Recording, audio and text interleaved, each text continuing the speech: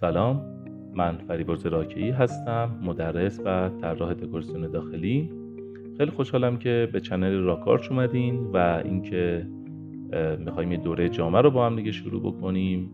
نمیگم صرف تا صد به خاطر اینکه هیچ کس کامل نیست توی طراحی، ولی سعی میکنم تمام تجربیاتم رو که توی این چندین سال به دست آوردم رو در اختیارتون بذارم و سعی کنیم قدم به قدم و پله پله مراحل رو با هم دیگه طی کنیم، از یادگیری پایه شروع کنیم و آروم آروم به سمت پیشرفته حرکت کنیم. خب فکر میکنم بد نباشه که از تاریخچه کلاً ظهور برنامه 3D Max شروع کنیم و قدم قدم بریم جلو. سال 1988 این برنامه توسط آقای گری یوست طراحی میشه. بالا با تیمی که داشتن شروع میکنن این برنامه رو تحت سیستم عامل MS-DOS اجرا میکننش. بعد از اینکه حالا چند تا نسخه از این برنامه رو میدن و همینجوری به سمت تکامل میره، از نسخه 7 دیگه 3D Max به صورت رسمی وارد زیر مجموعه اتودسک میشه.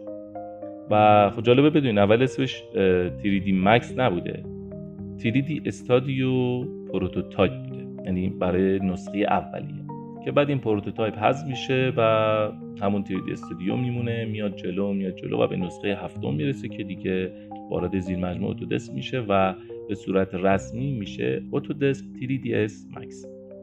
خب این بخش اولی بود که در موردش خواستم باتون صحبت کنم که اصلا این برنامه رو چه کسی خالقش بوده. خب حالا بیایم در مورد خود برنامه ریز بشیم.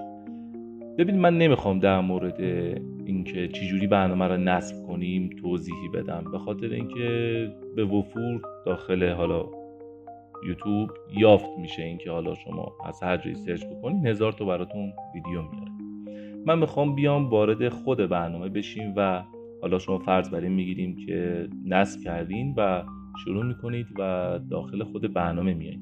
میخوام با چند تا گزینه ساده شروع کنیم، نمیخوایم خیلی از همون ابتدای کار پیچیدش کنیم، چون من الان فرض رو بر این میگیرم که شما برای بار اول هست که برنامه رو باز میکنید و برای بار اول هست که اصلا این منوها و این گزینه ها رو نگاه میکنید. ولی من به شما این قول رو میدم که هیچ کدوم این منوها پیچیدگی نداره، یعنی شما اولش که نگاه میکنین تو دید شما شاید یه هیولای بزرگی باشه، ولی من به شما این تضمین رو میدم که بعد از چند تا دوره که با هم دیگه بریم جلو متوجه میشین که اصلاً به اون اندازی که فکر میکنین پیچیده نیست و فقط کافیه که خلاقیتتون رو با کارتون تلفیق بکنید و اون موقع متوجه میشین که چقدر قشنگ میتونین آبجکت های زیبایی رو خلق بکنین و پروژه های زیادی رو بگیرید برای کارتون و میتونید وارد بازار کار بشین، وارد دنیای کار بشین باشین.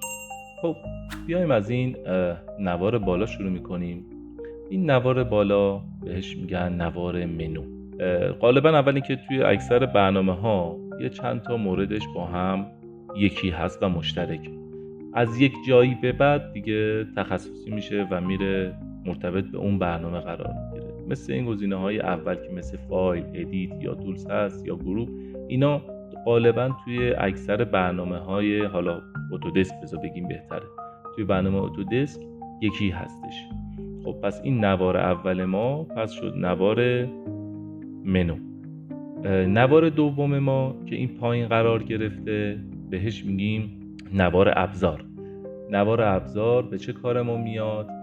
اکثر کارهایی که ما با آبجکت انجام میدیم، مثل چرخوندنش، مثل موو کردن یا حرکت دادنش، مثل بزرگ کردن یا کوچیک کردنش، یا اینکه بخوایم لایه بندی بکنیم یک آبجکتی رو، اینا همشون زیر مجموعه نوار ابزار ما قرار میگیرن. منوی بعدی که این سمت راست ما قرار داره ما به این میگیم کامند پنل، یعنی پنل فرمان.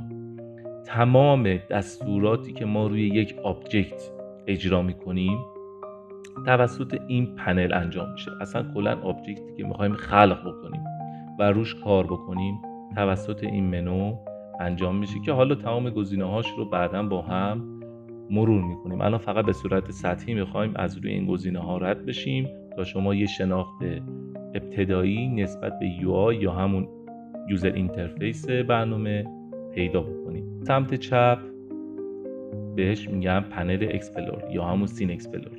شما توی این سین اکسپلور هر آبجکتی که داشته باشین رو بهتون نشون میده و میتونید از اینجا هیدن و آن هایدش بکنید یا دسته‌بندی بکنید. همون تقریبا شبیه این پنل لایر اکسپلور میمونه که میتونید اینجا دسته‌بندیاتون رو انجام بدید. این گزینه هایی که این سمت چپ هست اینا مرتبط به پلاگینه. برای پلاگین ویری که حالا بعداً در موردش آشنا میشین و اصلا متوجه میشین که رندر کردن به چه شکل تو برنامه، که یا چه پلاگینی ما داریم، پلاگین مثلا ویری استفاده کنیم بهتره، کرونا استفاده کنیم بهتره. اینا رو همه رو با هم دیگه آروم آروم میریم جلو. این پایین یک نواری داریم که تایملاینه، برای کسایی هستش که میخوان یه انیمیشن سازی انجام بدن که این تایملاین به کارشون میاد. نواری که پایین وجود داره، پایین این تایملاین، برای کنترل انیمیشنه، یعنی مثل پاز کردن یا به عقب برگشتن یا ثبت کلید که بتونن به قول معروف انیمیشنشون رو ایجاد بکنن. اگر یه آبجکتی رو دو صحنه قرار بدم و این اتوکی رو من بزنم، میتونم یه انیمیشن خیلی ساده رو ایجاد کنم. خب یه تعداد گزینه این سمت راست داریم که مربوط به زوم کردن یا زوم نکردن هستش. ببینید من اگر این گزینه اول که ذره بینه بزنم زوم میکنه، عقب جلو میکنه. این گزینه اون فیلد آف ویو ما هستش، یعنی عمق دید ما رو نسبت به اون آبجکت تنظیم میکنه. گزینه سوم و پن هستش که تو اکثر برنامه ها مشترکه. گزینه چهارم ما زوم آله، یعنی تو تمام صفحات عقب جلو میشه، زوم میشه. گزینه پنجممون روتیت هستش که دور یه آبجکت میتونیم راحت روتیت کنیم و بچرخیم. گزینه ششم ما زوم کردن روی اون آبجکت، یعنی ما فوکس میکنیم روی یک آبجکت. اگر من چند تا آبجکت اینجا داشته باشم، میتونم با انتخاب این گزینه مستقیما روی اون آبجکت زوم بکنم و تمرکزم رو روی اون بذارم. که حالا کلید میانبر این Z هستش، یعنی شما با زدن دکمه Z روی صفحه کیبوردتون میتونید روی هر آبجکتی که میخواین تمرکزتون رو بیشتر بکنید و میتونید با این کلیک نکردن روی یه آبجکتی و زدن کلید Z تمام آبجکت ها رو در صفحه قرار بدید. این گزینه کناریش هم که حالا زوم اکستند هستش، بزنید تمام صفحاتتون رو اون آبجکت رو که انتخاب کردین یا حالا انتخاب نکردین میخواین همشون باشه رو تنظیم میکنه. اگه من این رو بزنم، این تو تمام صفحه ها این آبجکت رو انتخاب میکنه و فوکس میشه روش برای کار بیشتر روش. و این گزینه آخر هم یک صفحه رو به صورت ماکسیمایز بزرگ میکنه که من میتونم با کلید میانبر Alt W هم این کار رو انجام بدم و رو هر صفحه‌ای که میخوام رو اون صفحه فول اسکرین بشم. خب نوبتی هم باشه میرسیم به توضیح این 4 صفحه‌ای که یعنی پنجره اصلی ما که تمام پروژه ما توی این 4 صفحه انجام میشه. صفحه اصلیمون، البته نمیتونیم بگیم صفحه اصلی، تمام این صفحه ها اصلی هستند، ولی صفحه‌ای که ما به صورت پرسپکتیو باهاش در ارتباطیم و میتونیم پروژه‌مون رو باهاش تعامل بهتر و راحت‌تری برقرار بکنیم، این صفحه ما هست که همه این صفحه ها قابلیت تنظیم و کاستومایز دارن. یعنی هم شما با کلیک و درگ کردن میتونید این صفحه ها رو تغییر بدید و هم از یه قسمت دیگه که به عنوان ویوپورت، چنج ویوپورتمون هست، میتونیم اینجا لایاوت های صفحه‌مون رو تغییر بدیم که اصلا تک باشه، دوتایی باشه، ستایی باشه یا اصلا 4 تا ما صفحه رو اینجا تو پنجره داشته باشیم. این صفحه اولمون پنجره پرسپکتیو ما هستش. بالا سریش میشه نمای فرونت ما، یعنی نمای روبروی ما. یعنی ما هر آبجکتی که اینجا داشته باشیم به صورت 2 بعدی از نمای روبرو به ما نشون میده. سمت چپش پنجره تاپ هست، یعنی نمای بالا که به صورت دو بعدی از بالا به ما نشون میده. پنجره پایینی هم لفت هست یا همون سمت چپ که از سمت چپ آبجکت به ما به صورت دو بعدی نشون میده که شما حالا با کلیک کردن روی این قسمت میتونید رایت هم بکنید، میتونید بک هم بکنید که از پایین به شما نشون بده. فکر میکنم برای جلسه اول کافی باشه. بیاین خیلی مباحث رو سنگین نکنیم، آروم آروم با هم دیگه میریم جلو.